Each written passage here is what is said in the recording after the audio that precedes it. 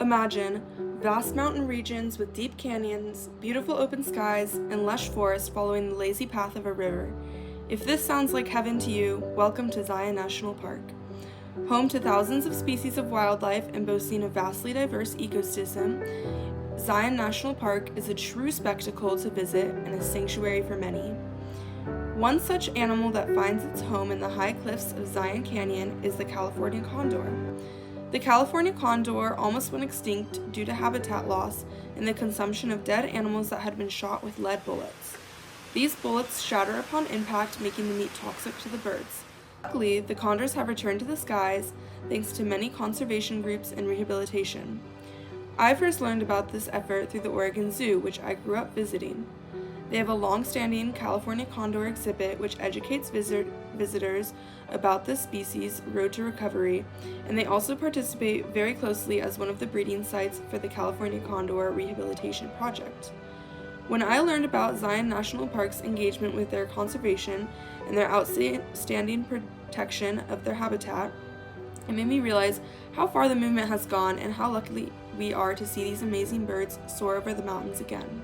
Utah's Zion National Park is famed for its awe-inspiring geological formations such as the Narrows, a collection of famous slot canyons, the Great White Throne, Angel's Landing, and many more. But before the park was a well-known visitor attraction, it was inhabited by several native groups, the ancestral Pueblones and Southern Paiute. The Paiute people named the area Mankawapi, which means place where the canyon runs straight. Eventually, Mormon settlers took occupation of the area and pushed indigenous communities out of their ancestral hunting grounds and farming land, located along the Virgin River in Zion Canyon. They renamed the area Zion, which means place of peace from the Bible. The settlers moving in caused a lot of ecological stress on the area and spread sickness to the indigenous communities, resulting in widespread death and destruction. When the park was officially protected in 1909 by President William Taft, he named it after its original name, Mankawapi National Monument.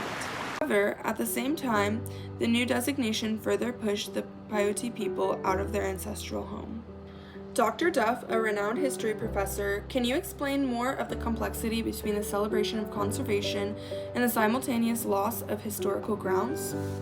Absolutely, I can. The Zion National Park was protected to preserve it and encourage visitation, but this failed to acknowledge the people who had lived in it for generations. To the Paiute people, Zion was not just a beautiful, untouched landscape, but it was their home. While preservation and access of land is important, it's also important to remember who was there first. Thank you. So if they originally named it Mankawapi, when did the name change? Well, eventually, due to low tourism rates, the park was established as a national park instead of a national monument and renamed back to Zion National Park in 1918 because the simpler name was easier for people to remember. Unfortunately, the name change signified further detachment from the ancestral people. Now, the park tries to pay homage to its first inhabitants through Paiute interpretations and education throughout the park, as well as the popular Zion Human History Museum, which features the Paiute history and connection to Zion. The creation of the National Park Service in 1916 was a turning point in how the United States protected its landscapes. Established during the presidency of Woodrow Wilson, the agency had a clear mission to conserve the nation's natural and cultural resources while providing opportunities for public education and enjoyment. This mission shaped how protected areas like Zion National Park are managed today, balancing preservation with access for millions of visitors each year. Earlier conservation laws, including the Antiquities Act used by President William Taft, allowed remarkable landscapes to be protected as national monuments before becoming full national parks. Over time, the National Park Service has helped transform these sites into places not only of recreation, but also of research, historical preservation, and environmental education, ensuring that both the land and the stories connected to it are preserved for future generations. Zion was originally selected for national park status due to its extremely unique geology, which aids scientists in identifying trends in history through the stone patterns. The canyons also helped early geographers understand how the ecosystem changed the rock formations over time. The park also hosts an extreme, biodiverse, and unique high desert ecosystem as a result of the geological formations. Professor Rocks, an ecology scientist studying Zion species diversity, can you tell us a little bit more about the various microclimates and what species they support? Why, of course. Well, first, there's the riverian climate. Running along the canyon floor, the Virgin River provides shady and damp environments to support cottonwood trees, mule deer, and blue herons. It also hosts the Riverside Hike, a popular tourist attraction. Fascinating to find this sort of climate in a desert. What else? Absolutely. There's my personal favorite. The park's unique hanging gardens are created by pores in the cliffside, allowing for water to seep through and vegetation to grow, which supports species like tree frogs, peregrine falcons, and columbine flowers. This creates the Weeping Rock, which gives visitors the chance to stand underneath the ferns and rocks and view the ecosystem.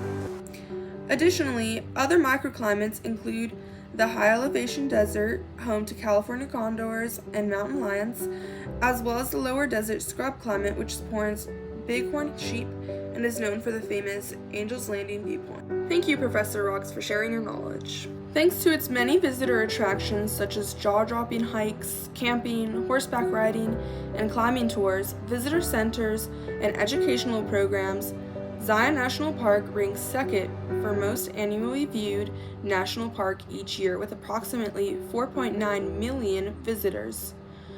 This high visitation is also due to its close proximity to two other national parks, the Grand Canyon and Bryce Canyon, as well as famous hikes and its extreme visual landscape. Zion National Park continues the mission of all national parks to conserve and protect significant natural areas. It maintains one of the most scientifically important geological areas in the U.S. and provides safe habitat for many species such as mountain lions, bighorn sheep, and condors. It also spreads educational awareness on why nature and our relationship with it is important, with its stewardship programs and outdoor classrooms taught by rangers. I hope to visit Zion National Park one day, and I hope you get to as well.